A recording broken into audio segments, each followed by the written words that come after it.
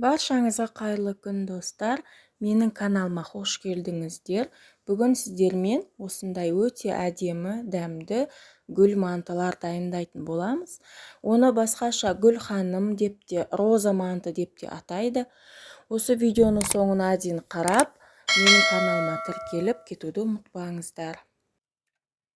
Қамырымызды илеу үшін ең алдымен ыдысымызға жұмыртқаны жарып, жақсылап араластырып аламыз. 200 грамм суға 1 шай қасық тұз салып, жақсылап араластырып, тұзы ерігенше барлығын қосып араластырып, үстінен еленген ұн қосып, шанышқының көмегімен жақсылап илейтін боламыз. Кейін қолымызбен шамамен 5 минуттай қаттылау қамыр илейтін боламыз. Қамырымыз түйіршік болып қалмасы үшін ұнды алдын ала електен өткізіп алған жақсы. Және де қамыр илеу үшін қанша мөлшерде заттар қажет болатынын толығымен описанияға жазып кететін боламын. Мен әрдайым өз отбасыма тамақ жасаған кезінде қамырды қолмен илеймін. Сіздер қонаққа немесе асханада жұмыс жасайтын болсаңыз, арнайы қолғап киген дұрыс. Қамырымыз дайын болды. Салмасын дайындап болғанша целлофанға салып тынықтырып қоямыз. Мантының салмасына қажет болатын заттар: тартылған ет 600 грамм, 4-5 дана пияз, бұрыш, тұз және көк пияз 1 бума саламын. Сіздер көк пияз қоспасаңыздар да болады. Қалауыңыз бойынша салмасына құйрық немесе зіра қоссаңыздар да болады. Пиязымызды видеода көрсетілгендей ұсақтап турап аламыз. Одан кейін бұрышымызды, тұзымызды салып, қолымызбен жақсылап езіп аламыз. Үстіне тартылған етімізді саламыз. Менде сиырдың еті, негізі мантыға көбінесе сиырдың немесе қойдың етін салады. 1 бума балғын көк пиязымызды ұсақтап турап аламыз. Салмамыздың үстіне салып, жақсылап араластырып, тұзын дәмін көріп, жетіспесе үстіне салып, жақсылап араластыратын боламыз. Қамырымыз тынығып, июі қанып, жаюға дайын тұр.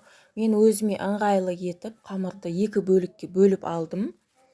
1 бөлігін алып жаятын боламыз, екінші бөлігін целлофанға салып қалдырамыз. Қамырымыз үлкейгенше осылай видеодағыдай жайып аламыз.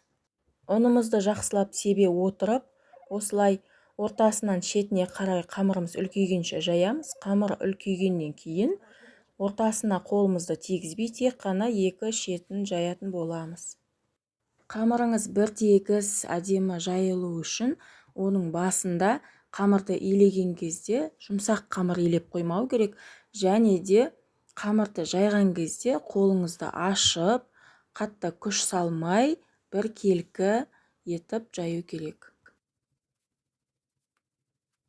Қамырымызды жайып болдық. Қамырды қатты жұқа етіп жаю қажет емес. Осылай ұзынша етіп кесіп аламыз пышақтың көмегімен, немесе осылай пиццаны кескішпен. Салмасын осылай видеодағыдай бір тегіс етіп, қатты көп емес, аз емес, орташа етіп салып шығамыз. Және де араларын сумен сулап, бір тегіс барлығын жабыстырмаймыз, тек қана арасын ғана жабыстырып, сосын майлап, роза сияқты орап шығамыз. Барлық мантымызды осылай жасап шығамыз. Арасын майламасақ болмайды, ол жабысып қалуы мүмкін. Және де қамырымызды суламасақ, ол да ашылып кетуі мүмкін. Алдын ала су қойып, қайнап тұрған мантоваркаге 45 минут шамасында мантыларымызды пісіріп алатын боламыз. 45 минут уақытымыз өтті. Гүл мантымыз дайын болды. Біз осылай соуспен жейтін боламыз. Сіздер қалаған дәмдеуіштеріңізбен, айранмен, майонезбен, кетчуппен жесеңіздер болады. Егер соустың рецепті қажет болса, астына жазып кетемін описаниясына. Барлығыңызға ас болсын. Бұл гүл мантыны отбасыңызға немесе қонақтарыңызға жасап берсеңіз, дастарханыңыздың көркін ашатын, қонақтарыңызға ұнайтынына сенімдімін.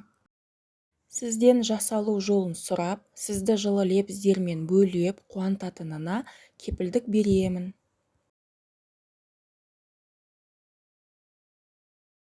Видеоны соңына дейін қарағандарыңызға рахмет. Менің жаңа видеоларымды жіберіп алмас үшін менің каналыма тіркеліп, қоңыраушаны басып кетуді ұмытпаңыздар. Және де осы видеоның астына өз пікірлеріңізді, ұсыныстарыңызды қалдырып кетсеңіздер, ризашылығымды білдіремін. Сіздермен бірге болған Эльмира.